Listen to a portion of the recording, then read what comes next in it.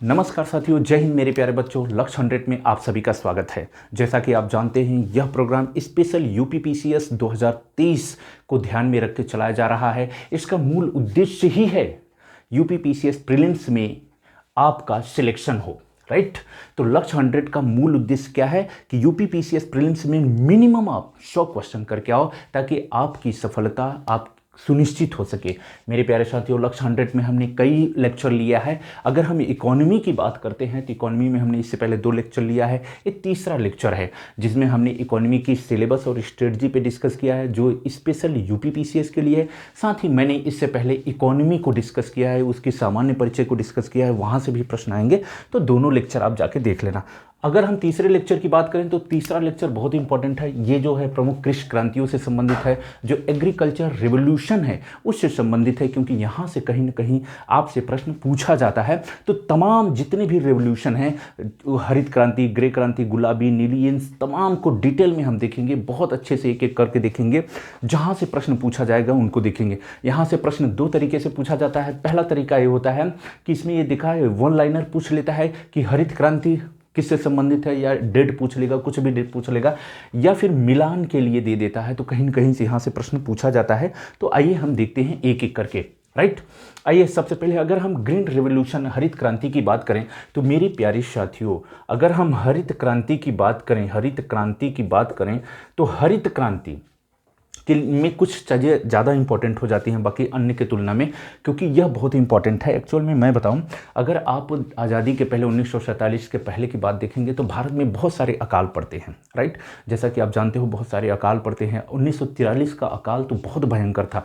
लगभग बंगाल में 3 से 3.5 लाख लोगों की जो है मृत्यु सिर्फ भूख के कारण हो गई थी। तो कहीं ना कहीं भारत सरकार के दिमाग में ये बात जरूर थी कि अगर हम आज़ादी के बाद सबसे ज़्यादा अगर हमें किसी पे काम करना है तो किस पे काम करना है, एग्रीकल्चर पे काम करना है। तो इसको ध्यान में रखते हुए वो पहली पंचवर्षीय योजना से ही कृषि पे ध्यान दिया जाता है। जैसा कि आप जानते हो कि पहली पंचवर्षीय योजना में स्पेशल एग्रीकल्चर पे ध्यान दिया गया था, राइट।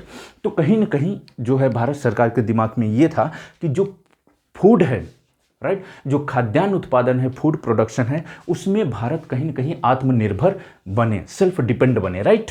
तो आइए देखते हैं। तो हरित क्रांति यह कब शुरू हुई थी? 1967 और 68 में यह हरित क्रांति शुरू हुई थी। इस बात को आपको ध्यान में रखना है। अगर हम बात और करें कि हरित क्रांति में भारत में हरित क्रांति के जनक कौन थे, तो भारत में एम एस स्वामीनाथन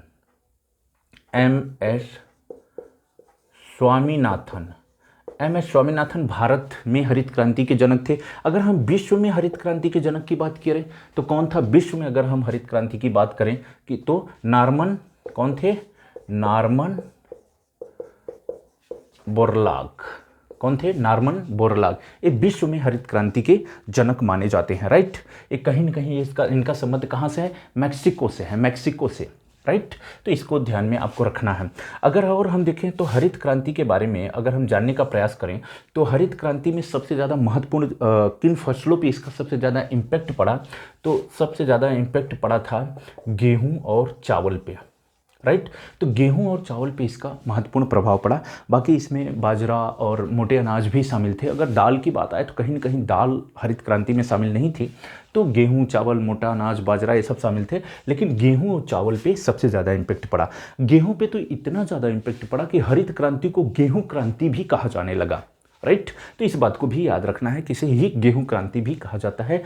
पहले जब 1967 में इसे लागू किया गया था, और आज में कम से कम 3 से 4 गुना गेहूं के उत्पादन में वृद्धि हो गई है। अगर हम एरिया की बात करें तो एरिया में अगर हम बात करें तो सबसे ज़्यादा जो उत्तर पश्चिमी के राज्य हैं वहाँ पे हरित क्रांति का प्रभाव सबसे ज़्यादा देखा गया था। अगर हम बात करें तो ये कौन कौन से क्षेत्र थे? हरियाणा है, आपका पंजाब है, पश्चिमी उत्तर प्रदेश है। तो यहाँ पे हरित क्रांति का प्रभाव बहुत ज़्यादा देखा गया। अगर कभी आपसे प्रश्न ये पूछा जाए कि विश्व स्तर पे हरित क्रांति के जनक कौन थे, पहली बार हरित क्रांति शब्द का प्रयोग कौन किया था, तो विलियम एस गॉन्ड ने किया था। कौन किया था? William S Gond. William S Gond ने पहली बार हरित क्रांति शब्द का प्रयोग किया था। यहाँ से भी प्रश्न आपसे पूछा जा सकता है, तो इन तमाम चीज़ों को आप ध्यान में रखना। अगर आपसे प्रश्न पूछा जाए कि हरित क्रांति इसे क्यों कहा जाता है, इसलिए कहा जाता है कि इसमें किसका प्रयोग, इसमें सिंचाई व्यवस्था पे ध्यान दिया गया था। इसमें किस पे ध्यान दिया गया था, प्रौद्योगिकी पे ध्यान दिया गया था, टेक्नोलॉजी पे। और इसमें जो है हाइब्रिड के जो बीज होते हैं उस पे ध्यान दिया गया था। साथ ही अगर हम और बात करें तो उर्वरक, इसमें किस पे ध्यान दिया गया, उर्वरक पे ध्यान दिया गया था। इन तमाम चीज़ों पे भारत सरकार ने ध्यान देके हरित क्रांति को सफल बनाया।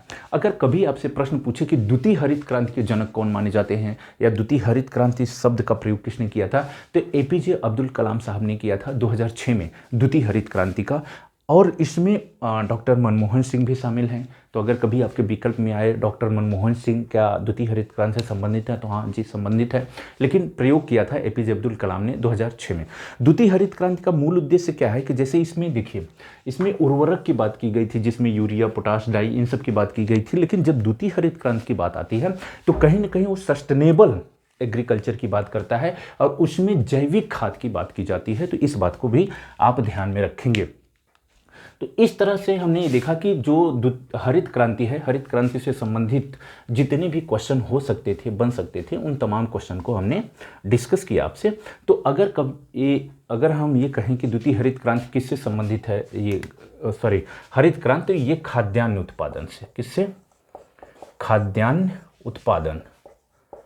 खाद्यान्न उत्पादन से संबंधित है।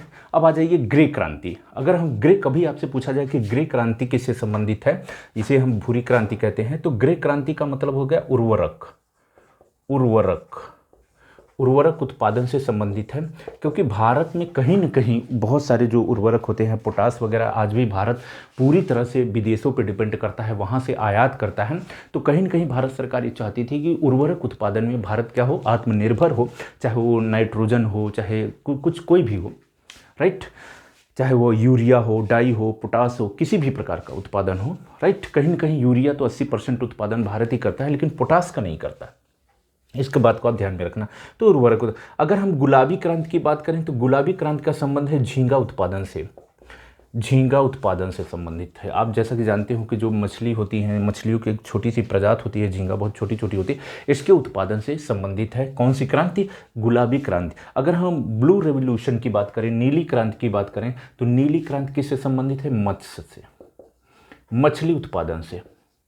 मछली उत्पादन से संबंधित है। कहीं न कहीं भारत सरकार के दिमाग में ये बातें हैं कि जो कोस्टल एरिया के जो हमारे राज्य हैं, जो वहाँ पे लोग बसे हैं, स्पेशली जो मछली पे निर्भर करते हैं, जिनकी जीविका मछली उत्पादन पे निर्भर करती है, उनको जो है इसमें सहूलियत दी गई। इसमें विभिन्न प्रकार के कार्यक्रम चलाए गए हैं, योजनाएँ चलाई गई हैं इस रिवोल्यूशन के तहत, ताकि वे अपनी मछली उत्पादन से वो सिर्फ अपना पेट ना भरे, बल्कि वो अपने जीवन स्तर को ऊंचा कर सके, अपनी अर्थव्यवस्था को मजबूत कर सके, राइट। और भारत सरकार भी कहीं न कहीं ये मछली निर्यात में इसकी भूमिका बढ़े, राइट। तो इसका मकसद ये रहा। अगर हम व्हाइट रेवोल्यूशन की बात करें तो ये किससे संबंधित है, अगर हम व्हाइट रेवोल्यूशन की बात करें तो ये दुग्ध उत्पादन से संबंधित है। किससे संबंधित है, दुग्ध उत्पादन से संबंधित है। तो एक चीज यहाँ पे आपको थोड़ा सा मैं बता दूं, जब बात आती है दुग्ध उत्पादन की बात आती है, तो मैं एक चीज बता दूं साथियों, ये 1970 में ये रेवोल्यूशन चला। कब चला था, 1970 में। इस बात को आपको ध्यान में रखना है। इसको क्या कहा जाता है, इसको फ्लड रेवोल्यूशन भी कहा जाता है। ये स्पेशली दुग्ध से संबंधित है, 1970 में चला था।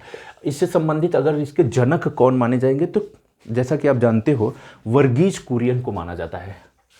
वर्गीज कुरियन को जो है दुग्ध उत्पादन का जनक भी कहा जाता है। तो ये चीज आप समझ लेना। अगर हम पीली क्रांति की बात करें तो पीली क्रांति का संबंध किससे है, सरसों उत्पादन से। मेरे प्यारे साथियों, जैसा कि आप जानते हो कि आज भी भारत तेल का बहुत बड़े स्तर पे आयात करता है, तो कहीं न कहीं यही कारण है कि जो भारत में तेल की कीमतें बढ़ती जा रही हैं, तेल उत्पादन। तो इन तमाम चीज़ों को ध्यान में रखते हुए भारत सरकार ने सरसों के उत्पादन को बढ़ाने पे जोर दिया है, राइट। अगर हम आपसे एक प्रश्न पूछें कि सरसों के उत्पादन में पहले स्थान पे कौन सा राज्य है, तो आप कमेंट करके बताना मुझे, राइट। अगर हम काली क्रांति की बात करें तो ये कहीं न कहीं संबंधित है किससे? पेट्रोल उत्पादन से। किससे संबंधित है? पेट्रोल उत्पादन से संबंधित है। पेट्रोल उत्पादन से संबंधित है, राइट। रेड रेवोल्यूशन, लाल क्रांति की बात करें तो लाल क्रांति किससे संबंधित है? कहीं न कहीं मीट, मांस और टमाटर उत्पादन से संबंधित है। अगर हम गोल्डन रेवोल्यूशन की बात करें, पूछा जाता है आपसे, गोल्डन रेवोल्यूशन भी पूछा जाता है, तो ये आपके फल उत्पादन से संबंधित है। फल उत्पादन से संबंधित है। तो इस तरह से आपसे प्रश्न पूछे जाते हैं। तो आइए एक बार हम रिवीजन करते हैं, राइट।